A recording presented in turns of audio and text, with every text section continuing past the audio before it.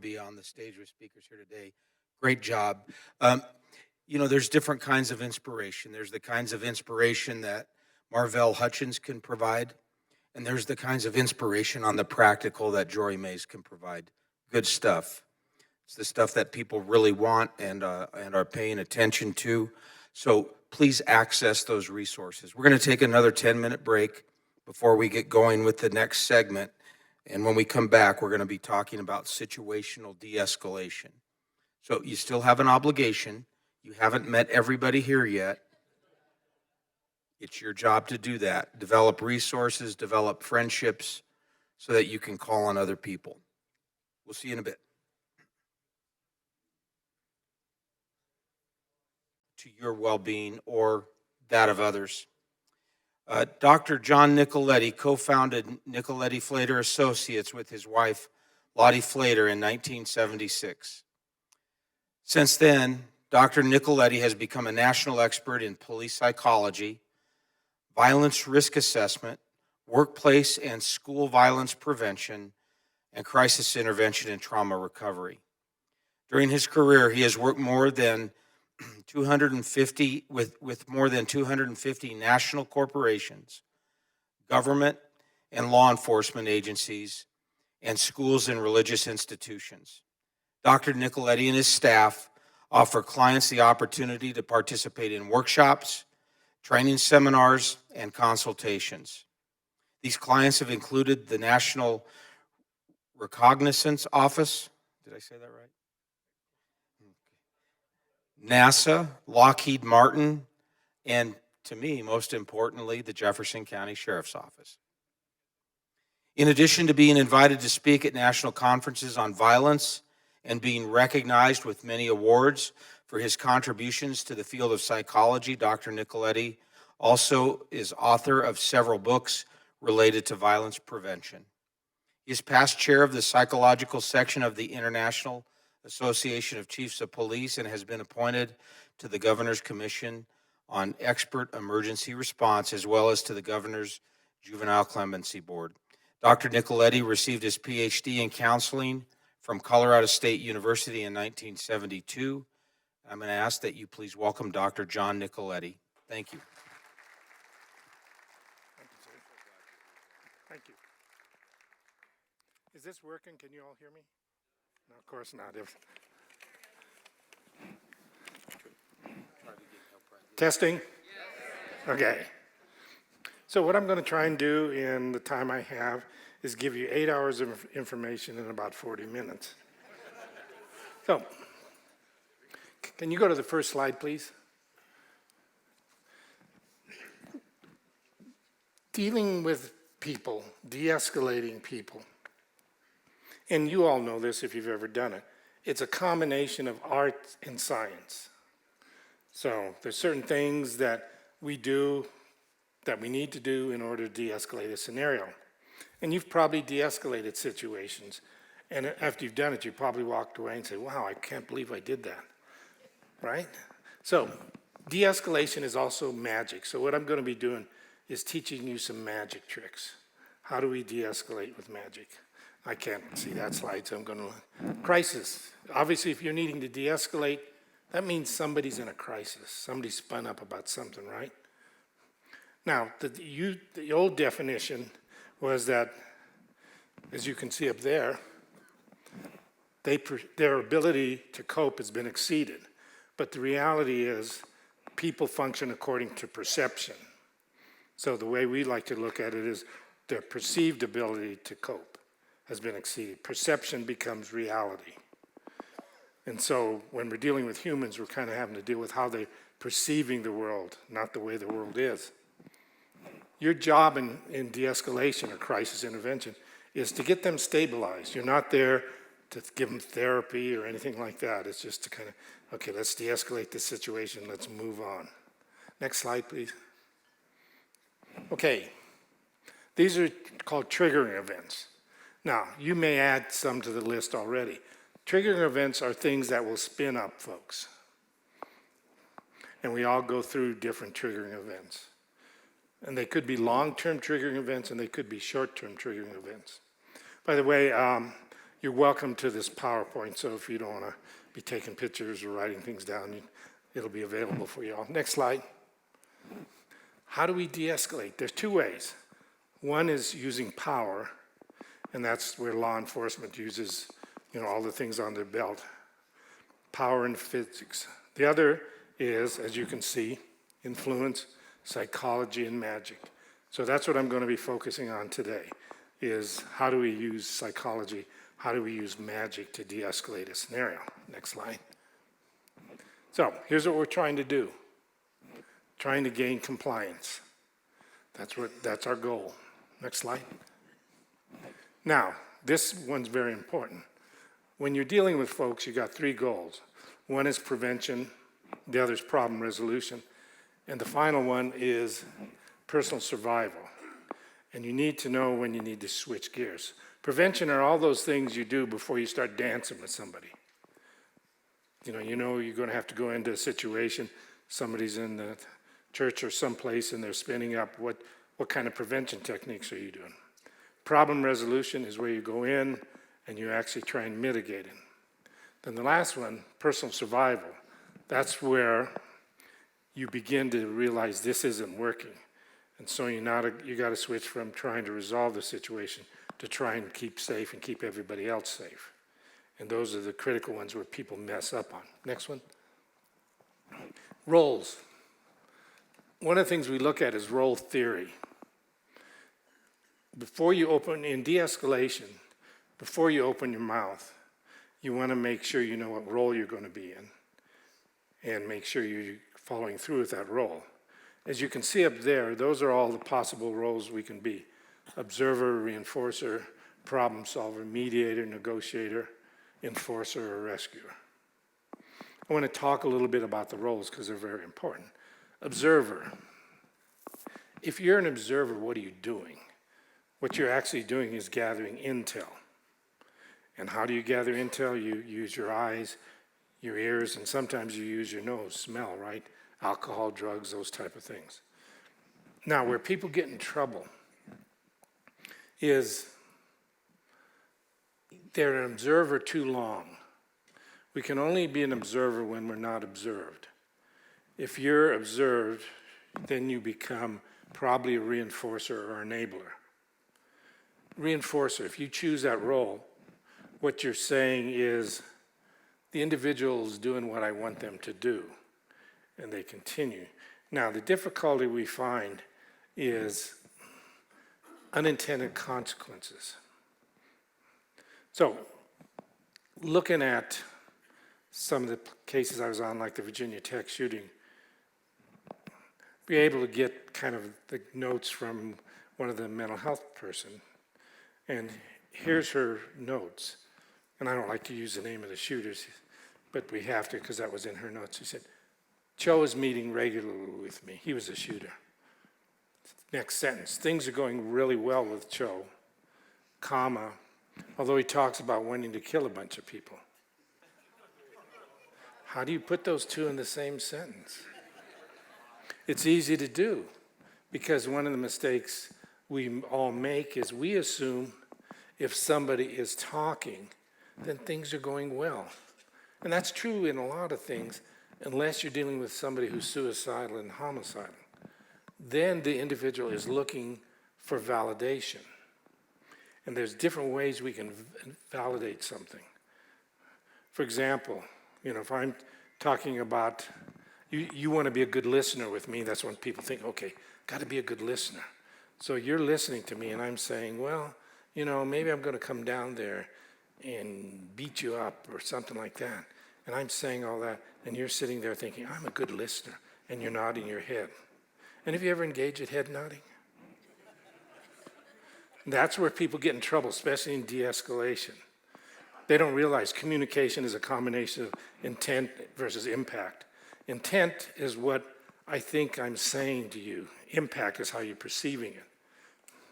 So I'm sitting here saying I want to come over and kick your butt, and you're thinking you're being a good listener and nodding your head. What did you just do? You just enable. So one of the things in de-escalation is be very careful with your head nodding, because that's going to be one of those unintended consequences that Okay, I shouldn't be doing that. So now you're thinking, what am I supposed to do if I'm not nodding my head? You can turn it this way. You can stop and say, what the crap? Yeah, so there's a lot of things you can do. Reinforcer, though. If the person's doing something right, we want to reinforce them. As parents, you know that. Problem solver, you're good at that. Now, how do you know if your problem solving is working? And you're probably saying, well, that's easy. The person's complying. Good. How do you know if it's not working? And you're probably saying, well, it's not complying. But the body is always disclosing information to us.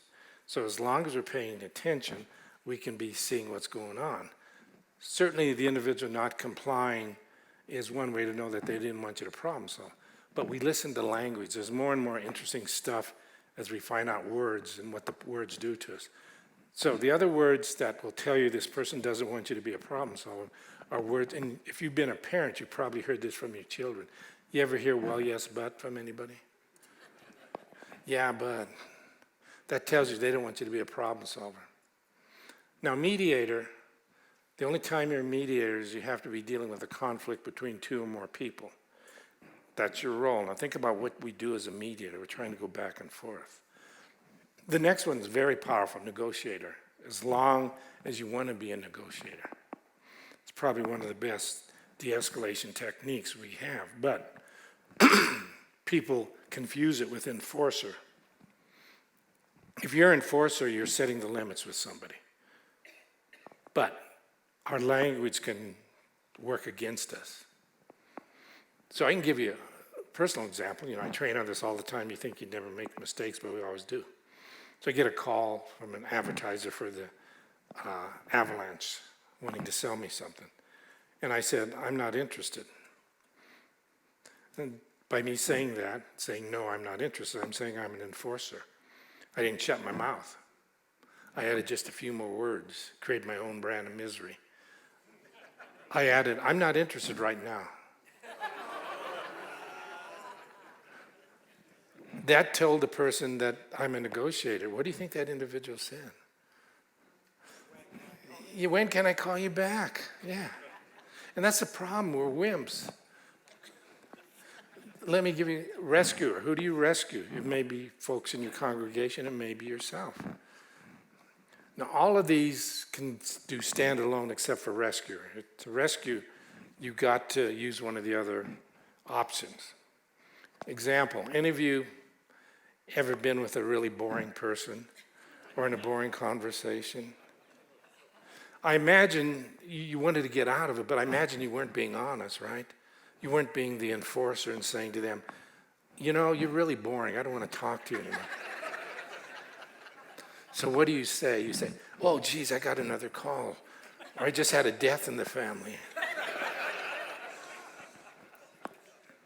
So think about your roles when you're dealing with a difficult situation. And all the roles can work and all the roles can't. Another example, so we'll have parents coming in for counseling, and their kids are starting to lie, and they're getting frustrated. My kids are lying. One of the biggest things that'll cause your child to lie is certain words. And if you use this word, you'll start to increase their lying behavior. That word is why. Why didn't you get your homework done? Why didn't you call me? Why were you late? Why weren't you where you were supposed to be? See, when you start your sentence out with the word why, you're telling your kids you're a negotiator, right? And kids are smart. They're sitting there thinking, oh, if I come up with a good one, they're going to let me slide. Why is an interesting word? Like, when we're training cops and stuff like that, we want to eliminate the use of the word why. Like in trauma, when I'm working with somebody in trauma, I can tell if they're processing the trauma or if they're going down a rabbit hole. Example, like working with some of the responders from Sandy Hook, one of the individuals said, why would somebody want to kill a bunch of little kids? In trauma work, why activates helplessness and hopelessness? And if you answer it, you make their trauma worse. Any of you ever, when your kids were younger, maybe they're still around, ever told your kids they had to do something and couldn't do something? You ever hear them use the word why?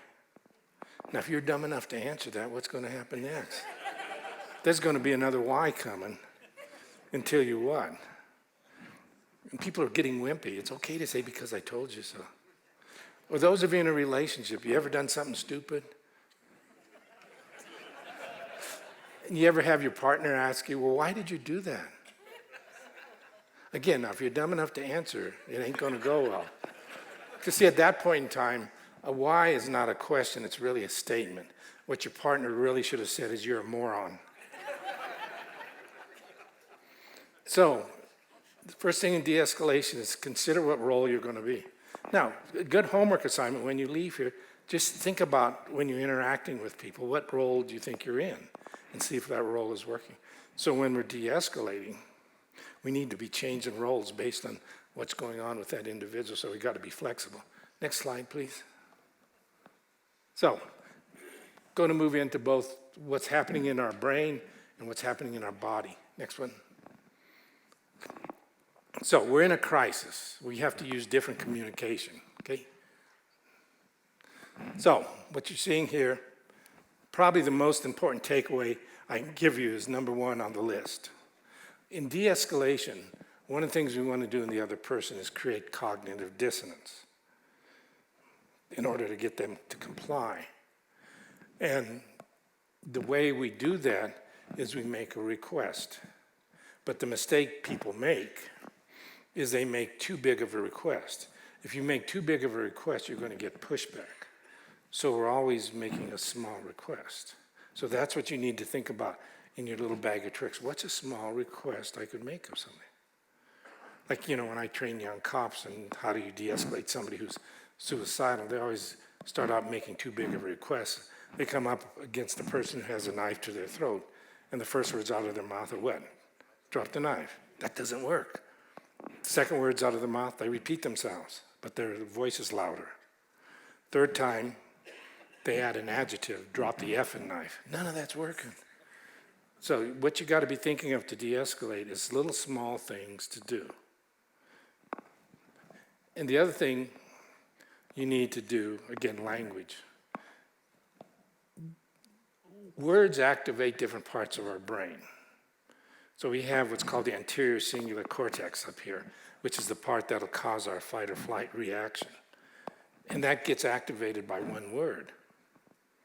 Now, if I ask you what that word is, you're going to be thinking with the wrong part of your brain, and you'll come up with different ones, or some of you are going to say, I don't know. So I'm going to have you think with a different part of your brain for a bit, and you'll come up with the same word. You leave here, you're driving on I-70, moving around at a pretty good rate of speed. For a moment in time, take your eyes off the road to look at your cell phone. As you do that, you look up and you notice all the cars in front of you have stopped. You will be crashing into them. What are you saying to yourself? Yeah. They call, excuse my language, they literally call this the oh shit connection. And it's not the word shit that activates it, it's the word oh.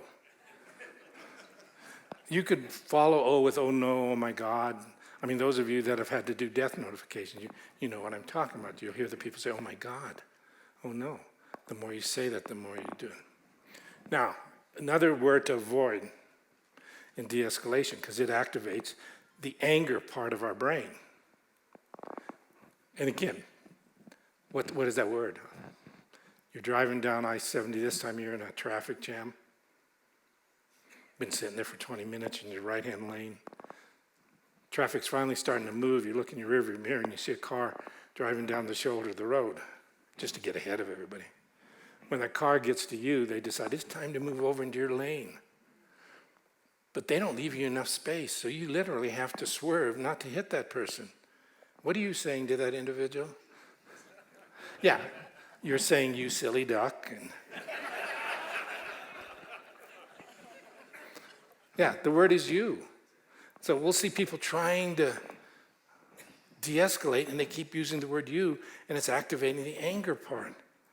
Now, if you don't believe me, those of you in a relationship, when you're having an argument, you ever hear the word you being thrown around? And what's the emotion? So that's like when we work with couples, we say, don't start your sentences out with the word you. You should start out with what? The word I or we. But some of you in the audience are passive aggressive. What you'll do is you'll start it out with I, but very quickly you'll insert the word you in the sentence structure. I think you're a moron. How come you getting mad at me? I use the word I. I don't know what's up with that, man.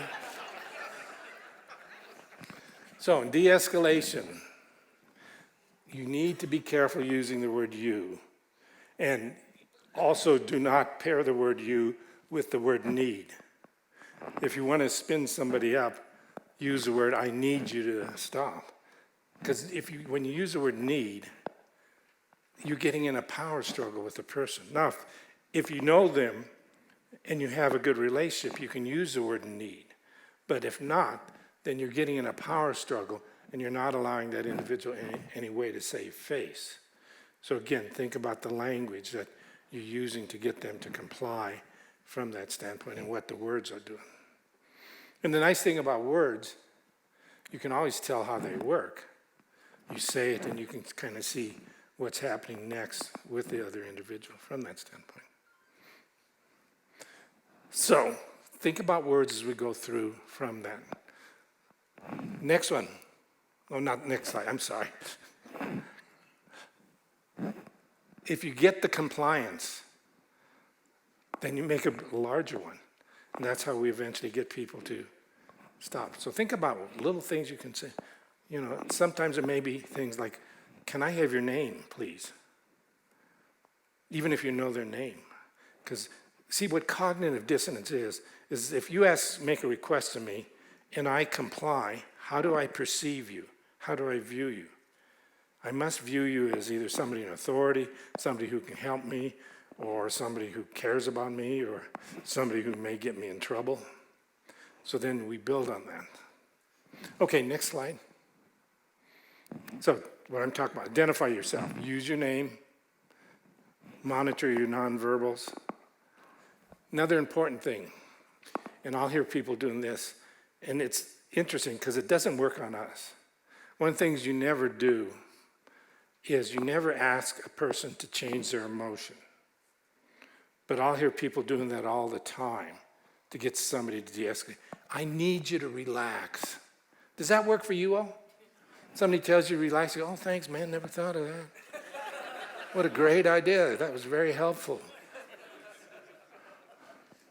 Or any of you ever been in an argument with your significant other and they're mad and you say, hey, don't be mad. How's that work? Do all of a sudden they get happy? Oh, thanks for telling me.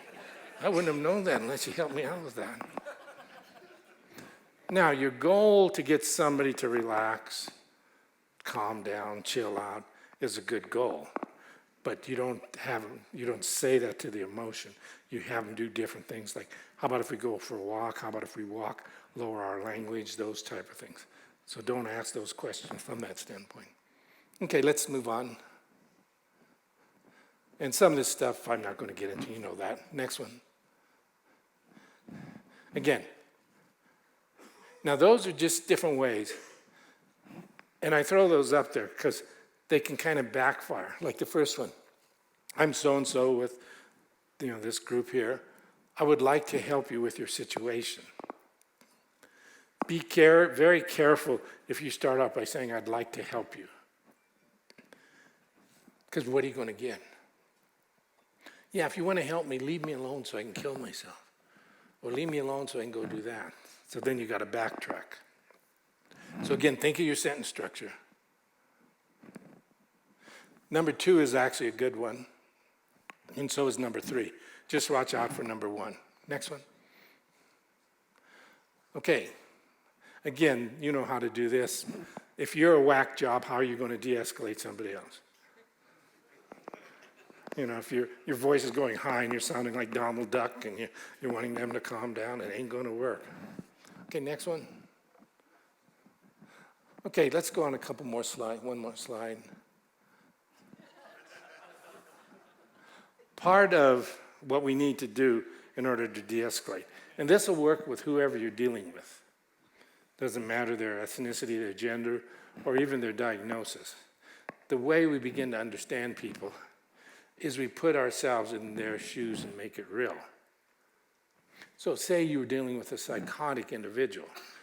That tells you that the central processing unit is not functioning well. But the interesting thing is feelings will always have an accurate interpretation of what's going on inside the individual. Had one individual was in a motel, they were locked in a motel, and no, it wasn't the Bugs Bunny or the Big Bunny Motel, it was different. Those of you who've been around, you know where that is. The manager wants to get her out. She's in the motel room, won't come out, she's on her bed. She's on the bed. You know, and the officers could use power, go in and kick the door down and mace her, but they wanted to use, influence. So, finding out what's going on. The reason she's on her bed is the room is full of poisonous snakes, and they're all over the place. Now, you're looking in there, and you don't see any snakes, so automatically, what are you thinking about this lady? Psychotic episode, yeah. But now, here's where we got to we don't want to reinforce the snakes, so you don't keep saying, well, tell me about the snakes, that's only going to reinforce the craziness. The way you deal with that is you make it real. If you were hiking and you fell down into a cavern and there are snakes all over, how would you feel? Panicky, scared, and what would you want to be doing?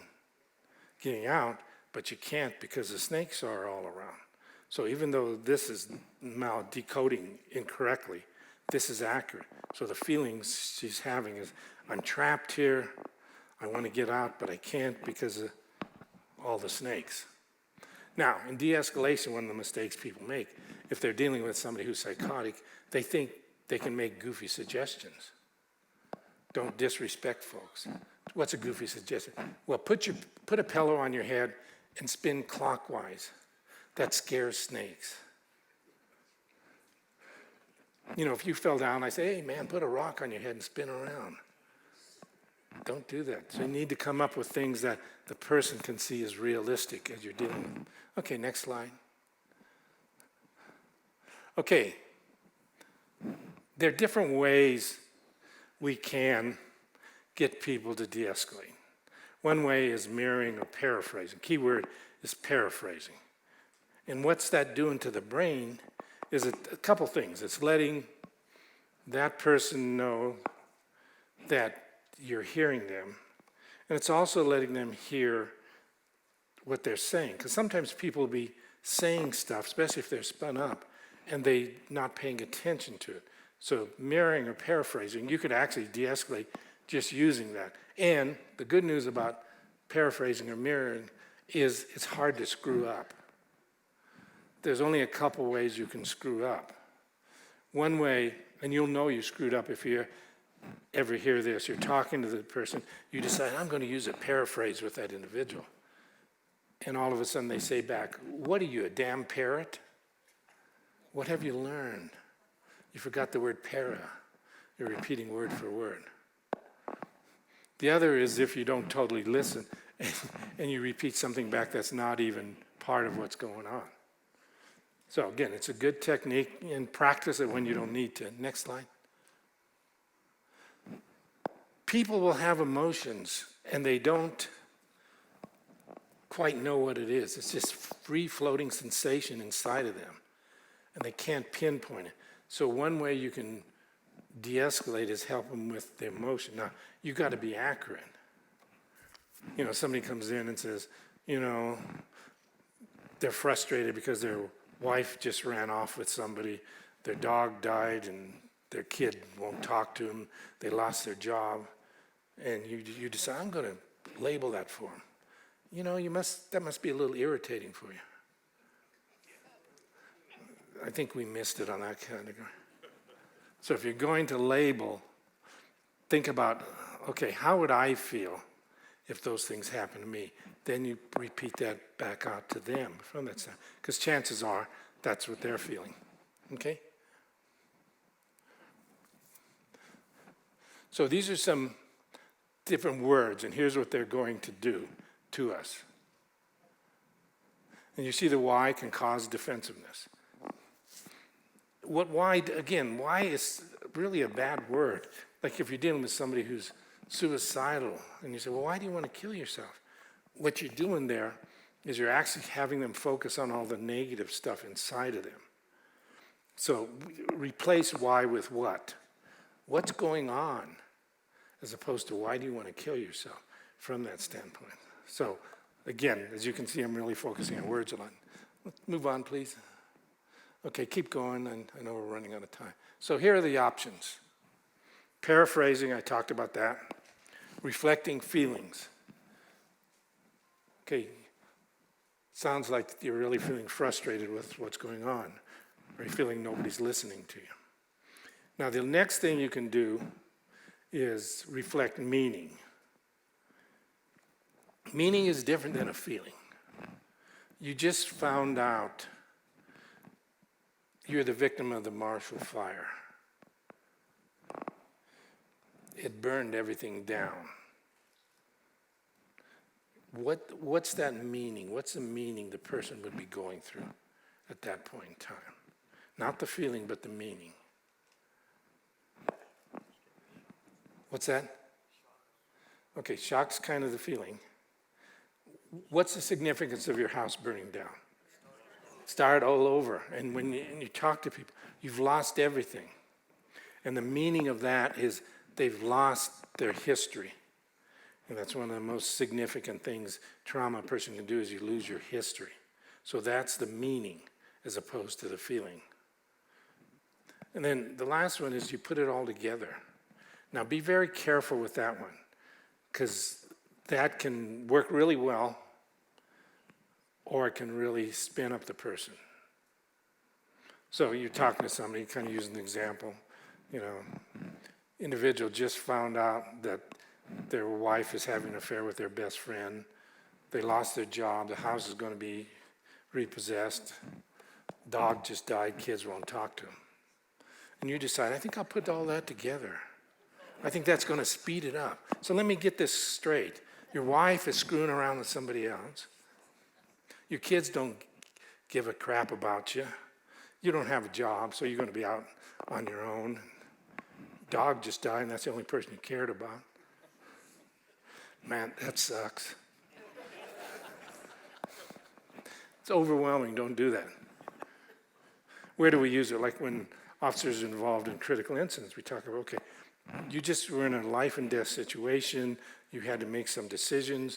Now you're second guessing yourself and stuff. You're putting it all together. You're validating. So if you can validate stuff without overwhelming the person, that becomes a very effective technique. But you got to be careful with it. Next one. Next slide, please. Keep going. I'm going to jump ahead because I know I'm almost out of time. Keep going. Couple more.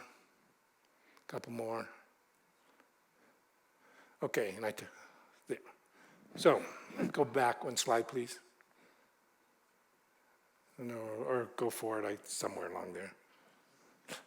Go one more slide. I'm there. Okay.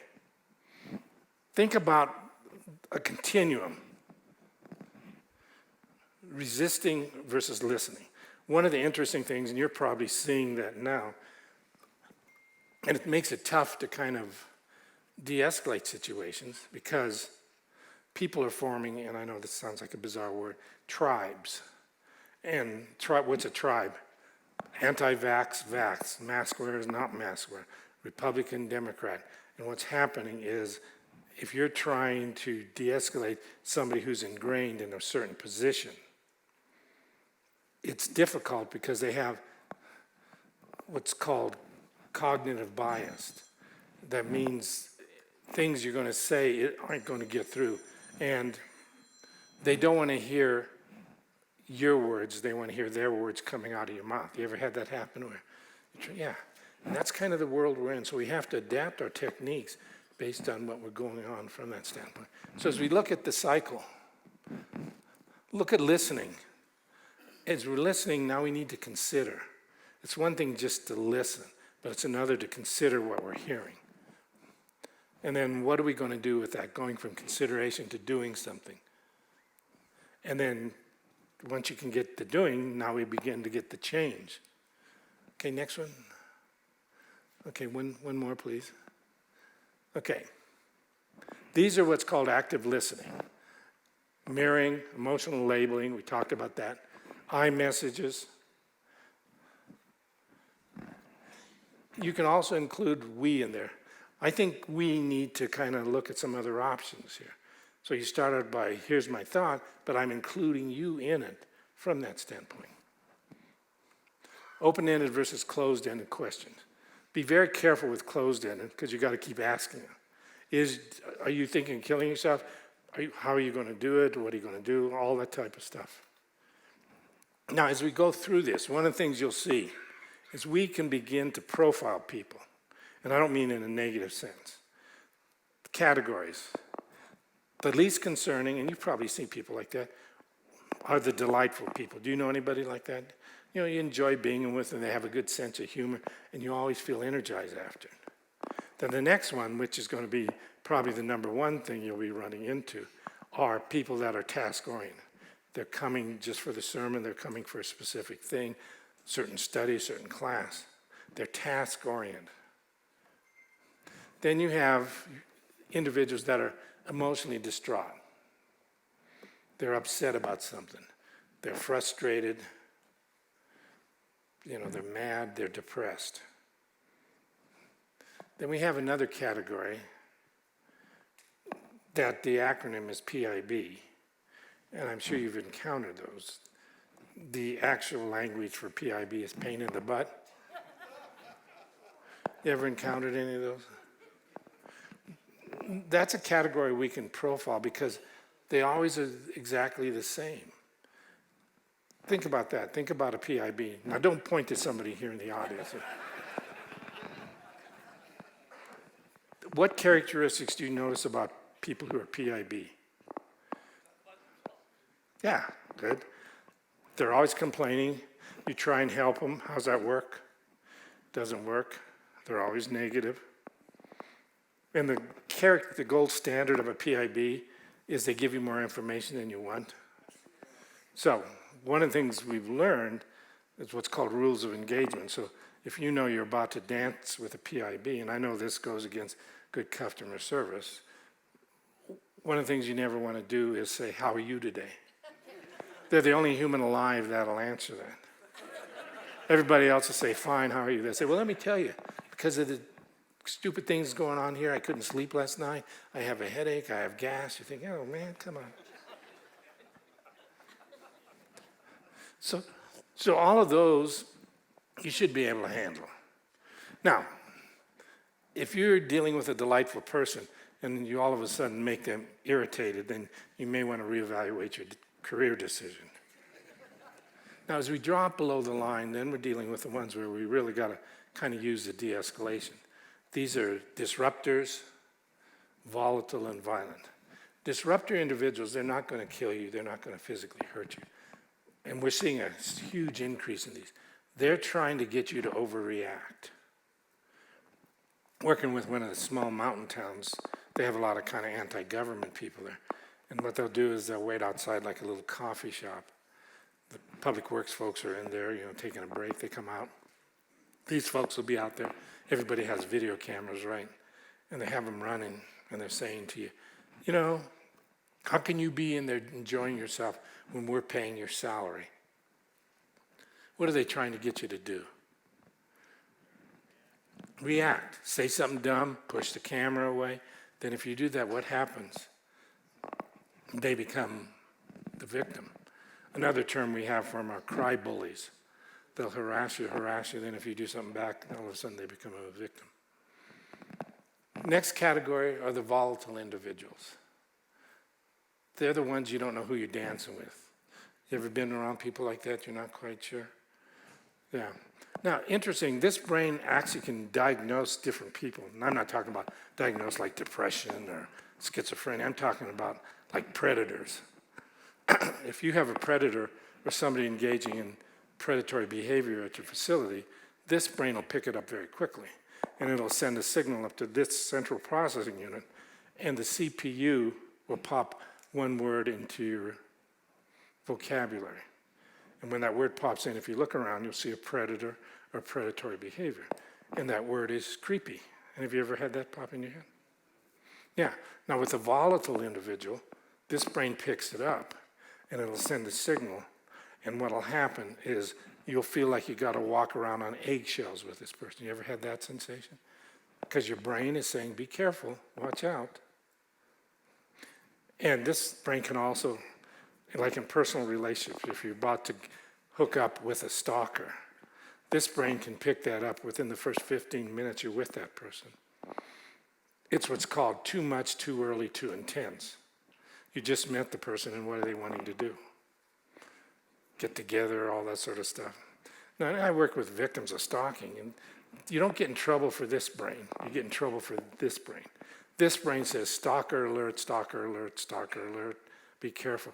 This brain says, oh, finally, somebody who cares for me, somebody who likes me for who I am. Now, the last category, the violent folks. They're there to hurt you. That's their goal. So, a couple more, I know I'm almost out of time. Specific things. We make a request, and then we see what the person does next. Now, what are the options? If you make the request and the person complies, you know, hey, I de-escalated. If you make a request and they do what's called passive resistance, and that's not necessarily dangerous. You've probably experienced that with your children. Any of you ever told your kids they had to do something, put the dishes away, do their homework, turn off the TV? You come back a little while later and they haven't done it? That's passive resistance. So you make a request and the individual doesn't change. The next level is what's called active resistance. You tell them to, please back off, and they start coming towards you.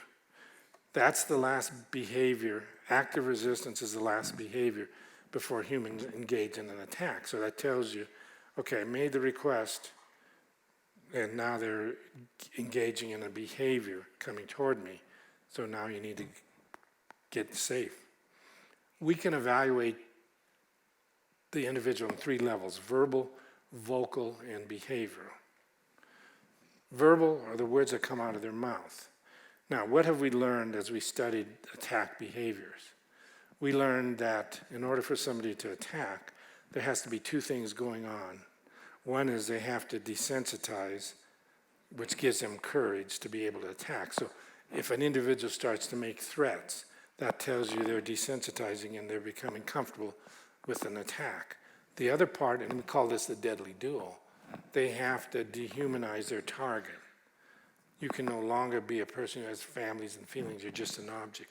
And how do you pick that up with somebody? It's real simple. Name calling, disrespectful and derogatory language. So if you see those 2 together, those are called warning or pre-attack behaviors. From that standpoint, that tells you, okay, we got some problems here with the individual. Vocal, be careful with that, because we're not very good at interpreting vocal with danger. First level is normal vocalization. People don't quite understand that. Normal vocalization is based on the environment, the individual, the event. So normal vocalization for us in here would be different than if we were having this class on I-70 or at a Bronco game. Now the next level where people start to panic, because it doesn't necessarily correlate with danger, is loudness, vocally loud. See, your reaction to somebody being loud will tell me more about you than it will about them. What will it tell me about you? It's very simple. It'll tell me how you were raised. What do I mean by that? So I'm Italian. I was raised in a loud family, in a loud neighborhood. I had one perception of loudness. Some folks were raised in quiet families, quiet neighborhoods, and they have a totally different perception of loudness. So you're raised in a quiet family, and you connect with somebody raised in a loud family, and you go to that person's house for Thanksgiving or Christmas, you'll think they're maniacs. And you're going away saying, all they did was fight, and the other person said, when? I didn't notice that. Are you kidding me? So be very careful. Now, the next level is angry, the angry tone of voice. Then we get concerned. And you can pick that up because we all get angry, so you know what it feels like. But you don't want to confuse anger with the next level, which is rage. And that's where people get in trouble. You can use a countermeasure called venting. If you have somebody who's angry, you let them vent, because anger just wants to come out. It's this pressure, right? And it just wants to come out. So if you truly have an angry person you're interacting with and you let them vent, what should you start to see right away? De-escalation. If you see one of these three things, you misdiagnosed. If you see flatlining, you're letting them vent, but they're not coming down. Or you see circulating where it's going up and down. Or worse yet, you see escalating. You misdiagnose. Chances are they have a different emotion called rage. See, anger just wants to come out. Rage wants to hurt. You've probably seen that in road rage.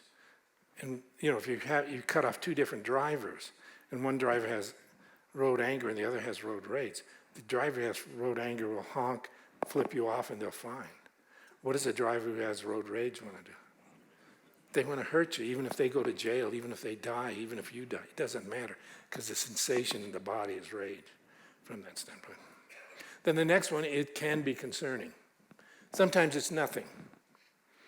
And this is where they're mimicking you with vocal tones. Sometimes it's nothing. Any of you who have kids, have your kids ever mimicked you? Yeah, they're not doing it because they're little serial killers. They just want to drive you nuts. But if you hear it from an adult, then be very careful for that stuff. Then the third category is behavior, and that's what I was talking about. It's either going to be compliant, passive resistive, where they're just standing there, active resistive, where they're coming towards you, or assaultive. So, now humans are deceptive. Sometimes they'll give you double messages, and sometimes they give you triple messages. So when you're confused, always go with the behavior from that standpoint. Serial killers and predators, their voice will be very calm and quiet, and they'll be polite, but they're slowly walking towards you. So always go with the behavior. I've gone way over. I apologize. There's a bunch of material on the PowerPoint. You're welcome to use it. Hopefully this was helpful to you all. I never want to interfere with lunch, so thank you.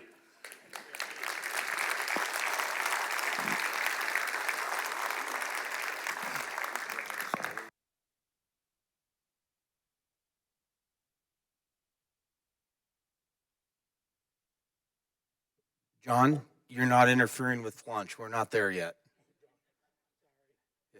Don't leave to eat lunch. We're good.